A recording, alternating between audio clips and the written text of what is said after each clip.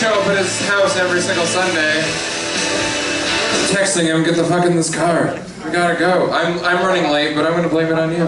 No, it's always me. It's always me. It's always me. I'm always running late. I'm the White Rabbit. And that's what I do, is I run late. I'm late.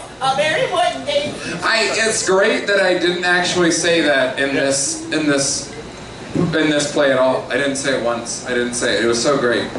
That would be so cliche. It wouldn't work. It really wouldn't have. I did somewhat say it during our... It was the weirdest play, guys. Like, the doors opened at 7, and the actors were pretty much expected to improv from 7 to 7:30 with the audience, which was some of the most fun that we ever had. Like, for me, I had to find Bridget, though, because her and Dave, our other Dave, we had the most fun, because I had to find them because I knew no matter what we would have a good time with the crowd. But it was like, I'm telling you, if you didn't go, you missed out, and you'll never ever see it again. So you're wrong, and you're a sad person for not watching it. I just told Heather. Oh wait, Heather Horst is here. So can we give it up for Heather Horst, please? She is one amazing musician who plays the violin, and she's in a band called the Human Teeth Parade, which is, I can't even describe it to you. I don't even know what to say. Like, it's a very different band, it's a very different breed. She plays the violin, but it's super heavy and different. Like, I don't even know. They're amazing. And me and Heather have Roseanne parties, where all we do is watch Roseanne, and we quiz each other. We did Roseanne trivia. It was a good time. I didn't do so well in the beginning, and then I kicked ass at the end. I came back. We didn't create it. It's on the inside of the DVD. It's on the inside of the DVD. So we might do Roseanne trivia a night here. So if you're a big Roseanne fan, and if you're not, then just don't come, and then don't be a douche. No. Everyone ready for comedy? The Roseanne thing. Do it. John Popper did eventually. We're starting off the showcase now, and this guy, he wanders everywhere. He's the wandering stoner, actually. That's what he does. He's wandering, and he's high, and he's ready to chat. So, if you're ready to chat, please put your hands together for the wandering stoner.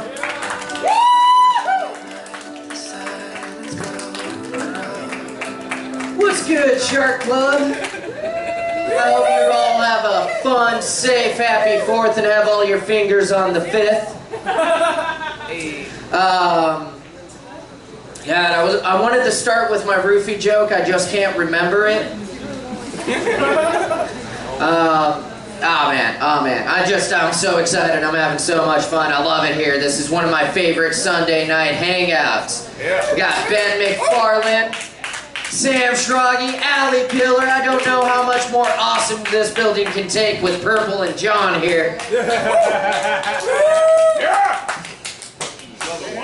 Alright, so, what was it? I was thinking of some embarrassing situations, you know, awkward situations. And I think the most embarrassing one is when you're caught masturbating, when you're rubbing it or whacking it, you know? And I was thinking, how do you turn the tables around? How do you make the person that caught you feel awkward? And it came to me. Bad choice of words, but you just keep going. A little harder, maybe a little faster, don't break eye contact. And as they're making that mad dash out the door, and they get that one last glance at you, you light up a cigarette like, thanks for fucking stopping by. And I'm sorry, but just for the holiday, I really want to say this, but America, fuck yeah! Coming again to sing a motherfucker to you. I might have had a Red Bull before I got here. I'm gonna be fully honest with you. Oh, and speaking of honest, I want to tell you guys about a family pet I had. She was a little wolf Akita mix. Her name was Tina. That was not her original name, though. That was the name she got when my mom found out what her original name was. You see, one of my siblings had gotten out of rehab right when we got this pet. So Tina's actual name was Teener. And if anybody knows what that is, you got a bad habit, and I need to see how bad, because I care. I care. I'm on fire! I've been listening to Fall Out Boy. I know what your song song stood in the dark purple. Oh, God. It rained. Oh, I'm not in this conversation. I'm having so much fun. You know, I love being a stoner. I don't think anything's wrong with it. When I became the Wandering Stoner, it's because of a pure and simple ideal. I wanted to make it socially acceptable for stoners to be out in the open. And, you know, with that in mind, I'm also going to bring up another subject. It's called the 3 types of dealers. And I've been a stoner for quite a few years. I'm not going to say how long because I don't want to incriminate myself by any means. But I've come to the conclusion there are only three types of dealers. You got your in and out guy. Dude's gone in a flash, so's your cash, and you're checking your pockets to make sure it wasn't just a mugging. When you find a bag of weed in them, you know you weren't robbed. If it zips up though, it was some good shit. And then you got the second guy. I like to call this guy the hangout guy. Last time I saw the hangout guy, it's like, what's good? How's life? How's work? How's your kids? I don't have any of those, bro. If you can't tell, I'm kind of a kid myself right now. I don't need that kind of responsibility. It's like, right. Then you got the third one. I like to call this one the jealous ex. As soon as you hit them up, they're like, where you been? Who you been talking to? Oh yeah, is that right? Guess what? Retail! No more homie discount. Whenever I get those, I'm like, you knew what this was. You thought you had something special with me? It was convenient. Oh man, you know, I've been working on this comedy thing for like 6 years, but I had a really bad set my first time. And I took a 2-year break, but technically I've been doing it for 6 years. I just didn't get on stage for 2 of them.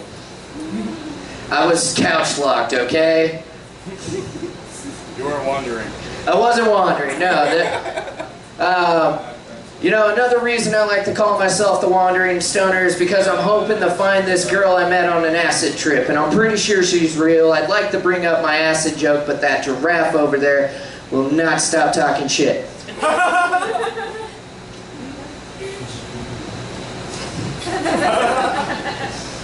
Oh man, did you guys hear? I heard the other day Viagra's coming out with a new brand. They're calling it Die Hard.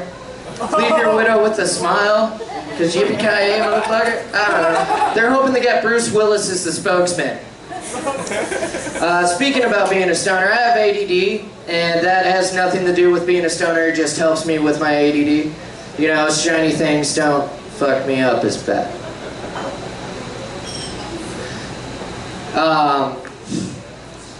I love being a stoner though, it's great, you know, I got a healthy appetite, I got some regular sleep, I don't have to worry about cancer as much. Right? I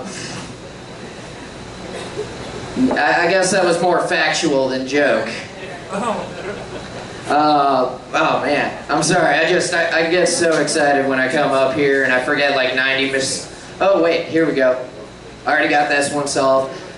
Before I came out here, this is really weird, but I was hanging out with my buddy, and he will vouch for it. But he had this phone that wasn't activated. Hasn't been activated for months, and it started going off. Restricted call, you know. And my place is haunted, man. Casper does not like callbacks. I don't know what's up with that, but that was weird. I even tried calling the phone afterwards. Did not ring, not once. So,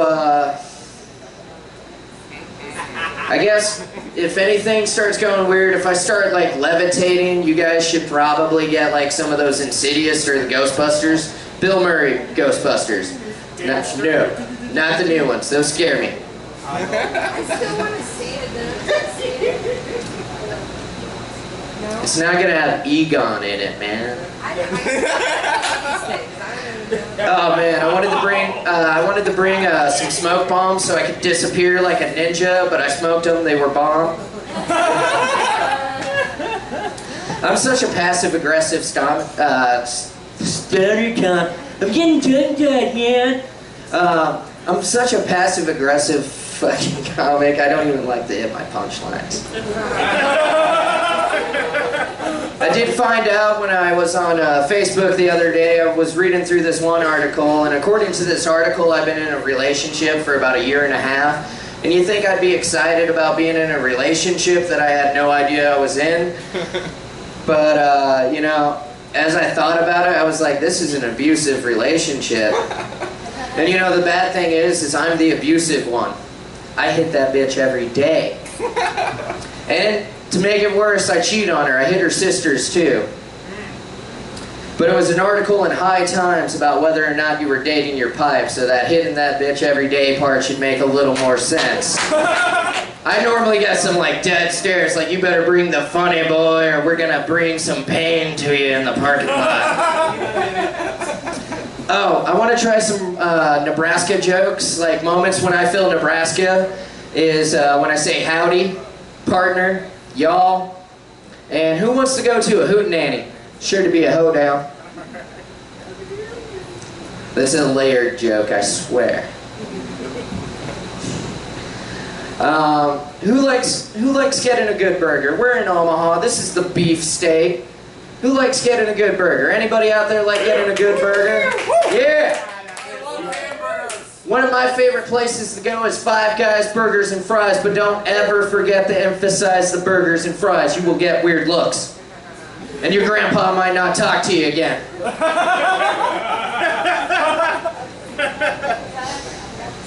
Oh man, I